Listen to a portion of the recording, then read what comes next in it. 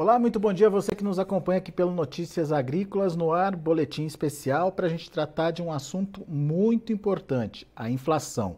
Mas a gente não vai falar daquela inflação geral que está todo mundo vendo aí, enfim, que está tirando o poder de compra dos consumidores, não. A gente vai falar de uma inflação específica, relacionada ao agronegócio, que está no custo de produção, que está no preço recebido pelo produtor, enfim, que está no preço dos alimentos no final das contas, né? E entender como é que essas relações aí justificam mudanças de patamares de preços e perdas, obviamente, do poder aquisitivo no agronegócio também. E quem nos ajuda nesse entendimento é o Antônio da Luz, economista da Farsul. Aliás, a Farsul preparou um estudo, né, Antônio, para medir realmente o tamanho dessa inflação e o impacto que ela pode causar, principalmente na economia do agro, e tem números impressionantes. Seja bem-vindo, meu caro, muito obrigado por nos ajudar a entender um pouquinho mais desse tema e gostaria de abrir o microfone para você, para que você possa explicar para a gente, afinal de contas, qual a importância de se medir a inflação, mais uma inflação focada no agronegócio. Seja bem-vindo. Bom dia, Alexandre. Que bom estar contigo, com todos os amigos do Notícias Agrícolas. Boa tarde, boa noite para aqueles que vão assistir em outro horário. Nós temos dois índices de inflação que são diretos do produtor rural para o produtor rural e que nós medimos desde janeiro de 2010. Então, nós já temos aí bastante tempo de série e medimos e divulgamos mensalmente. Um deles é o IICP, Índice de Inflação dos Custos de Produção, que nós monitoramos o quanto está aumentando a inflação de custos do produtor rural. E nós temos o IIPR, que é o Índice de Inflação dos Preços Recebidos pelos produtores. Então, num lado, eu vou olhar a inflação dos custos, na outra, os preços recebidos. Com os dois, eu consigo ter uma boa ideia do quanto que nós conseguimos repassar aumento de custos para frente, o quanto as margens se abrem ou se apertam, e assim sucessivamente. Claro que este é um baita de um instrumento para a própria gestão do produtor, inclusive lá no nosso Farsul Big Data, que é, sem dúvida, o maior banco de dados aberto da América Latina, de dados agropecuários e dados de produção e de custo, etc. Está tudo lá, Farsul Big Data, no nosso site. Nós temos lá a série, o produtor quiser ver lá o preço do fertilizante mês a mês, desde 10 anos atrás, ele consegue. Então, nós do químico, enfim, está tudo lá. E com isso, nós medimos esta inflação, primeiro, para ser uma ferramenta para o produtor, e segundo, para nós conseguirmos levar para a sociedade um entendimento do que se passa no nosso setor. Porque muitas vezes as pessoas opinam sobre o nosso setor, se posicionam sobre o nosso setor, sem conhecer o que se passa, olhando só o que lhe aparenta. E quando nós temos dados, nós conseguimos mostrar com mais tranquilidade. Foi o caso, quando o produtor rural estava sendo massacrado com o aumento do custo, da inflação dos alimentos, muita gente olhava para o produtor como problema. E a partir desses índices, nós mostramos, gente, espera aí só um momentinho. O preço está caindo ao produtor, está subindo ao consumidor, e a culpa é do produtor, que história é essa? Então, nós tivemos agora a divulgação, nesta semana, tanto do índice de inflação dos custos, quanto do índice de inflação dos preços recebidos, fechado o ano de 2021, porque nós divulgamos dezembro de 2021, e quando divulga dezembro, eu tenho o ano fechado. E o que os dados nos mostram, Alexander e toda a nossa grande audiência aqui no Notícias Agrícolas? Nos mostram que nós temos uma inflação de custos de produção que bateu quase 52%. Isso é um aumento dramático. Nunca, jamais, na história, desde que medimos a inflação dos custos de produção, nunca tivemos uma inflação acumulada em 12 meses tão elevada como nós tivemos agora, no ano de 2021. E isto foi puxado, certamente, pelos fertilizantes, que, enfim, tem produtos, de uma maneira geral, que aumentaram mais de 200%. Só que, claro, se eu pegar só esse produto, a inflação é 200%. Só que não são a cesta de produção dos produtores, que vai entrar os fertilizantes, que vai entrar os químicos, que vai entrar as peças de reposição, que vai entrar o combustível, que vai entrar os custos fixos também, mão de obra, enfim, impostos, tudo, todo, custos fixos e variáveis, no todo dá uma inflação de 51,93%, quase 52%, acumulada em 12 meses a inflação dos custos. E quando nós olhamos a inflação dos preços recebidos pelos produtores, ou seja, o quanto variou os preços dos grãos, do leite, da carne, das carnes, né, suínos, aves, bovinos, enfim, das frutas, quando nós pegamos a inflação de tudo que os produtores recebem, esse aumento deu menos de 5%. Então, veja, a inflação dos custos aumenta mais de 50%. A inflação dos preços recebidos, menos de 5%. Menos de 1/10 do que aumentou o custo. Então, o que acontece na prática? O que está acontecendo na prática para o produtor? As margens sendo achatadas. Porque eu tenho uma inflação de custos e eu não repasso esse aumento de custos para frente. Logo, achata as minhas margens. É bem verdade que em 2020 nós tivemos o contrário. Nós tivemos um aumento da inflação dos preços recebidos e uma inflação de custos não tão alta, onde as margens abriram. Agora essas margens se fecharam e voltaram para os patamares pré-pandemia. Então, veja, o que o produtor tem que estar atento. Quando eu tinha uma soja a R$ 180 no Porto de Rio Grande, ou Santos ou Paranaguá, no passado, com os meus custos velhos, estes R$ 180, R$ 150 em muitas praças, 160, 170, dependendo da praça que nós tivermos no Brasil, esses preços, eles tinham um significado, porque o meu custo era um. Agora, aqueles preços que pareciam altíssimos, que pareciam um sonho de verão, hoje eles já não têm mais o mesmo significado. Hoje, eles não me deixam mais a mesma margem que me deixavam antes, porque o custo aumentou muito e isto o produtor precisa ficar atento. Eu não posso me iludir que o preço está R$ 184 no Porto de Rio Grande e achar que isso é uma maravilha. Não é mais a mesma maravilha que era há um ano atrás. Não é mais. Eu olhar o preço 185 em Paranaguá e Santos e achar que isso é uma maravilha. Não é mais a mesma maravilha que era há um ano atrás. Eu não posso dizer que é ruim, não é. Uhum. São preços bons da soja, do milho, da carne, são preços bons. Mas diante desse aumento de custos, já não é tão bom quanto eram. Relativamente aos custos, não tem o mesmo significado. A gente está discutindo aqui no site, Antônio, só para ilustrar essa sua fala, a soja de 200, a possibilidade disso acontecer já, né, daqui um tempo já, a soja de R$ 200. E daí, essa sua fala é muito importante porque o valor nominal não importa se você tem um aumento no custo de produção. Às vezes a soja de 200 vai te remunerar menos do que aquela de 180, 150 lá atrás, em função desse aumento do custo de produção. Você perdeu a vantagem aí de negociar um valor nominal cada vez mais alto, então, né? Você precisa entender o que está ali entre o que você põe no bolso e o que você recebe e o que você gasta para fazer aquela produção e o que realmente vai para o seu bolso, né? Perfeito, Alexander. Esse é o raciocínio que o produtor tem que fazer. Se o produtor vender a sua soja a R$ 200 este ano, ele vai ganhar menos do que ele ganhou vendendo a 160 no ano passado. Que coisa. Essa é a questão.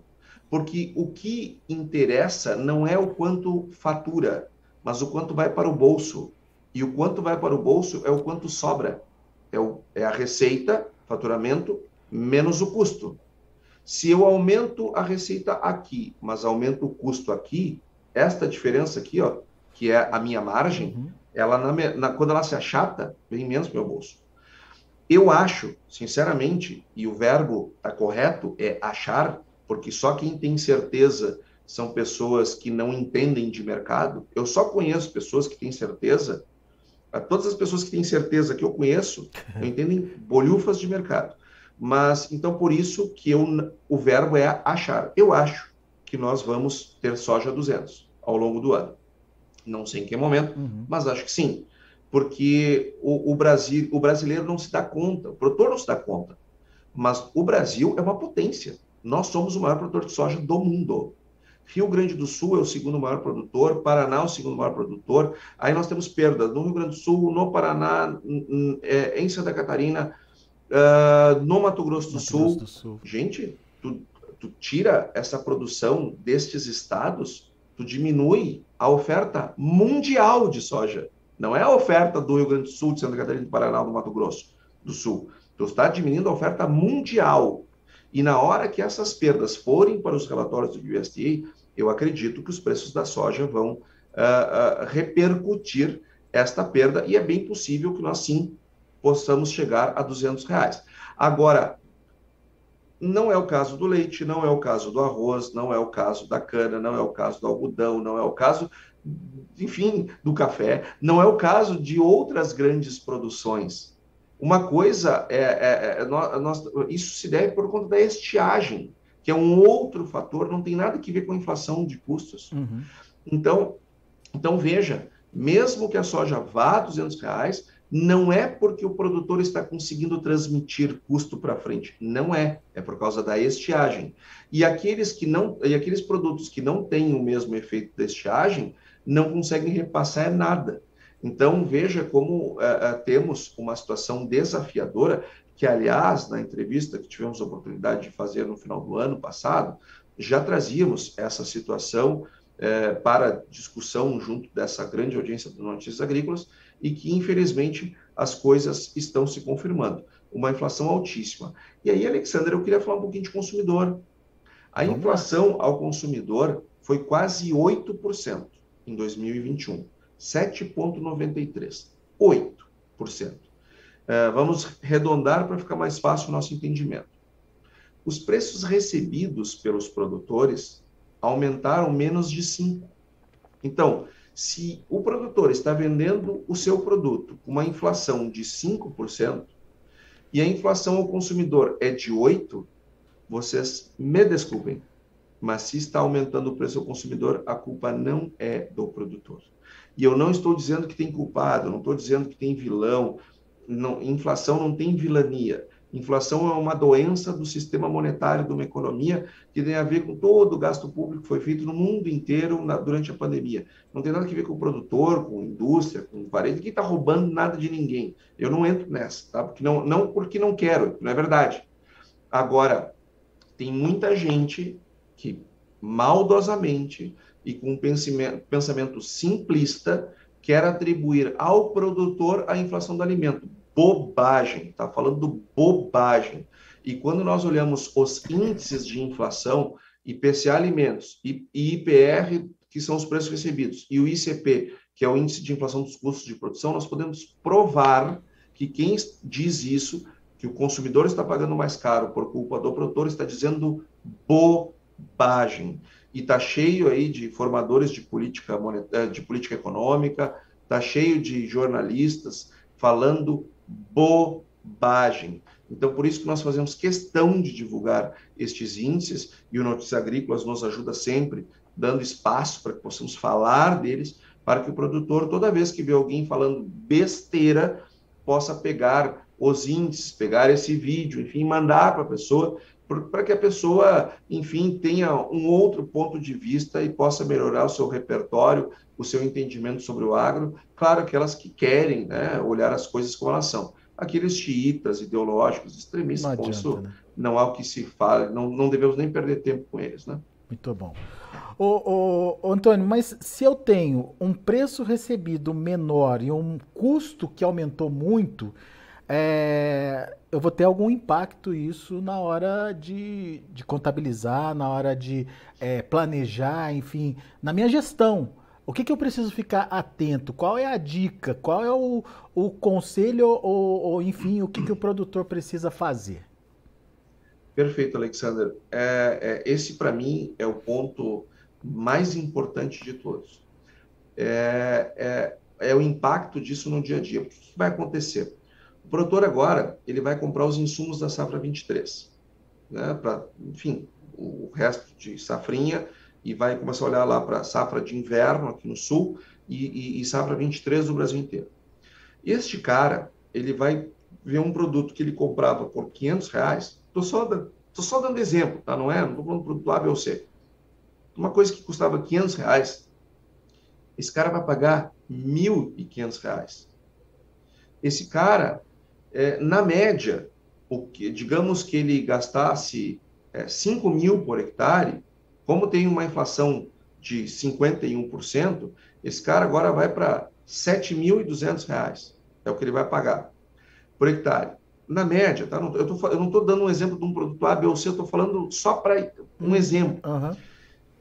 Se esse cara, então, ele precisa muito mais dinheiro do que ele precisava. Ele precisava 5 mil, agora precisa 7.520. Para fazer a mesma Bom, coisa, né? para fazer a mesma coisa.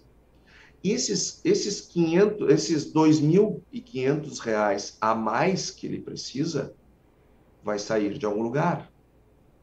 E este dinheiro vai sair do caixa. Então ele precisa ter caixa para suportar esta suba.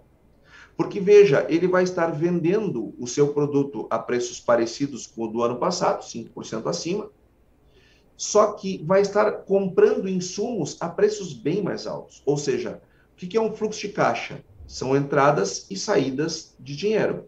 As minhas entradas acontecem no mesmo patamar e as minhas saídas num patamar bem maior. Ou seja, eu pressiono o caixa. Como é que eu resolvo problemas de caixa?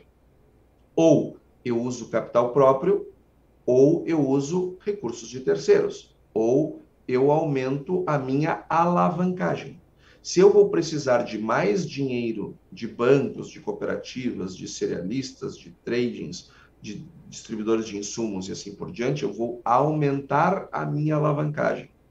Se eu vou aumentar a minha alavancagem, eu preciso saber de duas coisas. Primeiro, a alavancagem de mais mata. Segundo, eu tenho uma taxa Selic que está subindo. Logo, os juros estão subindo. Se eu aumentar a minha alavancagem, é bem provável que eu vou desembolsar um valor com juros bem maior, tanto pelo aumento do dinheiro que eu peguei, também por conta do aumento do juro, porque os juros estão aumentando. Então, saiba que você vai pagar lá bem mais juros ao longo do ano. Então, aumentar a alavancagem não é algo desejável. Tudo que eu puder fazer para enfrentar o meu fluxo de caixa com capital próprio, eu devo fazer. Então, entre investir e proteger o caixa, protege teu caixa. Protege teu caixa. Não te descapitaliza. Não é momento de fazer investimento com capital próprio, de maneira geral, né? Pode ser que um, que outro, que 10, ok, mas regra geral, não pode. Então, nós temos que ter maior capitalização. Se eu não tenho condições de me capitalizar, se eu não estou capitalizado, primeira coisa que eu tenho que fazer, eu preciso pensar na vida. Somentinho. Maior parte do Brasil teve um ano de 2020 muito bom, um ano de 2021 muito bom. Se eu não estou capitalizado, alguma coisa eu fiz lá atrás que não me capitalizou. Que coisa foi essa? Pense sobre isso. Tem que capitalizar. O produtor tem que trabalhar capitalizado, porque é uma indústria a céu aberto, ele tem que estar capitalizado. Sempre. Trabalha com commodity, tem muita volatilidade em preços de insumos e de produto, é uma indústria a céu aberto, tem que estar capitalizado. Isso é obrigatório. Se depois desses 2 anos você não se capitalizou, tem que parar e pensar. Tem que parar e pensar a gestão. Agora, se tem que se alavancar agora, com esses juros subindo, tem que pensar a gestão. Bom, fiz a minha reflexão. Mesmo assim, eu preciso me alavancar. Prefira pré-custeios com juro fixo. Por quê? Porque a tendência da Selic é seguir subindo. Então, tem lá pré-custeio, tem operações de juro pré-fixado. Prefira estas às pós-fixadas. Porque as pós-fixadas estão trabalhando numa Selic hoje menor do que ela tende a ser. Então, você pode começar com um juro num patamar e terminar num juro bem maior. E veja a situação do pessoal do Sul, Alexander e telespectadores, internautas. O pessoal do Sul, além de ter uma saída maior do fluxo de caixa por conta do aumento de custo, tem uma entrada menor por conta da estiagem. Então, o pessoal do Sul, e aí estou falando de Rio Grande do Sul, Santa Catarina, Paraná e sul do Mato Grosso do Sul, esse pessoal está com um problema muito grave. Porque além de custos mais altos, tem queda na receita por conta da estiagem. Uhum. Então, por isso que para estes produtores é muito importante que tenham mecanismos de renegociação de dívida, esses que estamos trabalhando junto com o governo, de modo a podermos alongar esses passivos, porque do caso contrário, eles vão ter problemas muito graves na hora de gerir seu caixa no ano de 2022. Vão ter como girar aí a propriedade, né, Antônio? Agora, uma coisa que me chamou a atenção foi o fato de não é momento de investir. A gente vai ter com capital próprio. Com capital próprio. Tá. A gente vai ter um ano sem crescimento, sem desenvolvimento da Luz? Não, a questão é o seguinte. Bom, em primeiro lugar, né, investimento é uma coisa muito boa e muito importante. Ela é tão importante que 80% das empresas no mundo, seja elas rurais e urbanas, quebram quando crescem. Na hora de crescer é que quebra, 80%. Então, crescer é uma coisa muito importante. E toda vez que eu faço um investimento, eu estou crescendo. Se crescimento é uma coisa importante, se investimento é importante para o crescimento, mas ela também é um risco para o negócio, eu tenho que fazer bem feito. Eu tenho que pensar.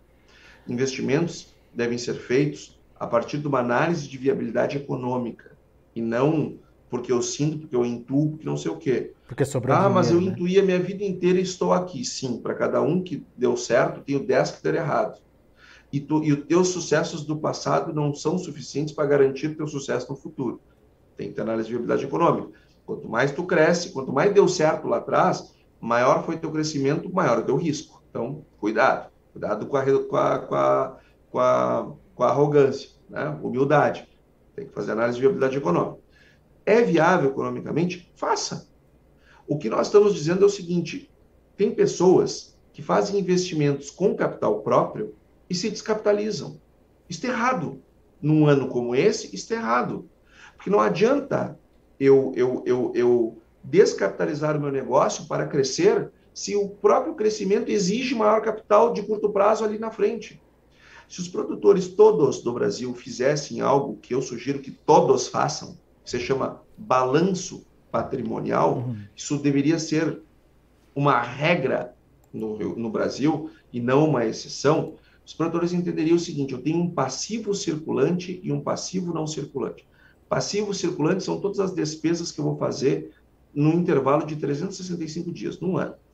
E o passivo não circulante são todas as dívidas que eu tenho a vencer com mais de um ano. Por que isso é importante? Se eu devo 100 mil reais num financiamento imobiliário, tenho 40 anos para pagar, tranquilo. Agora, se eu devo 100 mil na fatura do meu cartão de crédito, que vence agora dia 1º, eu estou encrencado. Por isso, passivo circulante e passivo não circulante. Dívidas que vão vencer no curto, dívidas que vão vencer no longo. Quando eu faço um investimento com uma linha em 10 anos, 7 anos, 8 anos, sei lá, eu estou mandando essa dívida para o passivo não circulante. Quando eu estou usando recursos próprios, capitalizando, fazendo um investimento que eu poderia ter feito com o passivo não circulante, e depois eu vou ter que pegar crédito nos bancos, nas cooperativas, ou seja, onde for, para custear a minha lavoura, eu estou preferindo ter contas no passivo circulante do que o não circulante. Eu estou preferindo dever 100 mil no cartão de crédito do que no financiamento imobiliário. Isso é um erro de gestão que quebra muita gente. Então, nós precisamos, em momentos como esse, que eu vou ter um choque no meu fluxo de caixa, não descapitalizar, não investe com recurso próprio. Depois que tu passar o ano de 2022, com o que sobrou, tu faz o que tu quiser. Mas agora eu recomendo fortemente que você não faça isso. Porque não adianta eu fazer um investimento e depois ter que aumentar a alavancagem com terceiros. Eu estou dando um tiro no pé. E veja, as empresas, elas não quebram por falta de lucro. elas quebram falta de caixa. Então, eu nunca posso brincar com o caixa. O caixa sempre tem que ter uma gordura ali, sempre tem que ter uma reserva para enfrentar contingências, e este é um ano de contingência. Um ano que a inflação dos custos aumenta 50%, é ano de contingência. Muito bom. Belo recado, eu acho que o produtor está ouvindo a gente e se não entendeu, ouça de novo, entenda de novo, porque é fundamental isso aí que o Antônio da Luz está falando. Agora, da Luz, eu sei que o ano está só começando, eu sei que é difícil a gente pontuar tudo o que vai acontecer ao longo de 2022, inclusive por ser um ano atípico, tem eleição, tem Fed decidindo juros nos Estados Unidos, tem dólar que não sabe para onde que vai, enfim, tudo isso mexendo, obviamente, com a inflação. Mas o que você espera para 2022 em termos de inflação, especialmente dessas inflações aí do agro? Alexandre, antes eu só gostaria de convidar todas as pessoas que estiverem nos acompanhando a nos seguir lá nas redes sociais, lá no Instagram, @Antônio da Luz _economista, Antônio da Luz _economista. Volta e meia nós podemos trazemos dados lá que são complementares a entrevistas como essa. Eu acho que a inflação esse ano ela não vai ficar dentro do centro da meta, como o Banco Central tem como expectativa, aliás, que é o que ele persegue, né? Nós vamos ficar com uma inflação acima da meta, porém bem abaixo do que nós tivemos em 2021. Em 2021 nós fechamos com 10,67% e esse ano nós vamos ficar com alguma coisa entre 5% e 6%. Por que essa crença? Porque com a Selic subindo, a inflação já está desacelerando. Inflação desacelerar não significa preços caírem, não é isto. Inflação desacelerando significa os preços crescendo num ritmo menor, é isto. Cair preço não é inflação, é deflação. Quando nós estamos dizendo que a inflação está crescendo num ritmo menor, nós estamos dizendo que os preços continuam crescendo, porém num ritmo menor. E a inflação dos custos de produção esse ano, eu imagino que vai ser abaixo do IPCA, porque subiu muito em 2021, bem acima do IPCA, e eu acredito que tem espaço aí para ter alguns ajustes. Daqui a um pouco pode ter alguma queda aí, e aí sim deflação no grupo de fertilizantes, alguns produtos químicos. Aí quando tu junta tudo isso na inflação, aí sobe lá 2, 3, 4%. Algumas coisas caindo, outras subindo, na média eu acredito que a inflação de custos para os produtores em 22 sobe bem menos do que subiu em 21 e deve subir menos do que vai subir o IPCA. A partir do que se sabe hoje, do que se conhece hoje, das coisas dadas hoje. Daqui a pouco estoura lá um conflito da OTAN contra a Rússia na Ucrânia, daqui a pouco pode ter alguma modificação que a gente vai ter que refazer as contas. Mas hoje a expectativa é essa. Agora, ter uma inflação menor em 2022 não significa que os preços vão cair. Significa que eles vão continuar desse patamar um pouquinho acima. Então, não vejo como grandes alívios essa informação que eu estou dando. Claro, não crescer muito de novo já é uma grande coisa, mas não espere o produtor uma deflação, porque isso, infelizmente, não está no radar. Mas vai ter crescimento do preço recebido pelo produtor ou a gente já atingiu um teto diante da demanda ou da necessidade de consumo da luz? Eu acho que aqueles produtos que estão sendo prejudicados pela estiagem, eles devem ter uma correção, sim, né? Porque as perdas são gigantescas. Aqueles produtos que não dependem da estiagem, eu acho que não estão tendo perdas com a estiagem, eu acho que eles vão ter um padrão de preço semelhante, regra geral, tá? Não estou falando do produto A, B ou C, de maneira geral. Acho que nós vamos ter um padrão parecido com 21, né? Claro que, dependendo do que acontecer nas eleições, pode ser que a gente tenha aí uma mudança no câmbio e tal, mas tudo ou mais constante, eu imagino que nós vamos ter um aumento nos produtos que estamos perdendo e uma manutenção daqueles que nós não estamos perdendo.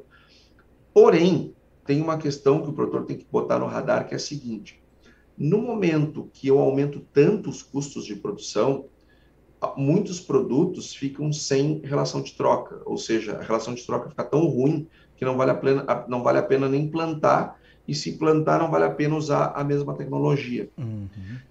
Isso nos Estados Unidos vem sendo discutido muito. Se eu tiver um menor uso de tecnologia ou uma menor área plantada por conta do aumento dos custos, por consequência, eu tenho uma menor oferta mundial de tudo. E tendo uma menor oferta mundial de tudo, eu tenho um desequilíbrio entre oferta e demanda. Aí os preços todos devem corrigir esse aumento do custo. Só que eu preciso passar por alguns Cs, né? O primeiro é o seguinte: eu vou ter uma menor produção se os produtores mundiais ou produzirem menos área ou diminuírem o pacote tecnológico. C. E um outro C que precisa estar no radar é: se isso acontecer, nós não sabemos em que momento. Se vai acontecer em 3 meses, 6 meses, 12 meses, 18 meses.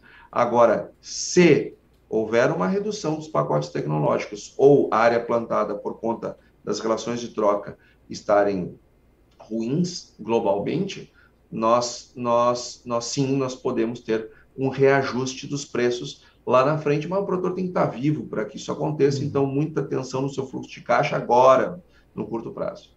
Boa. Muito bom.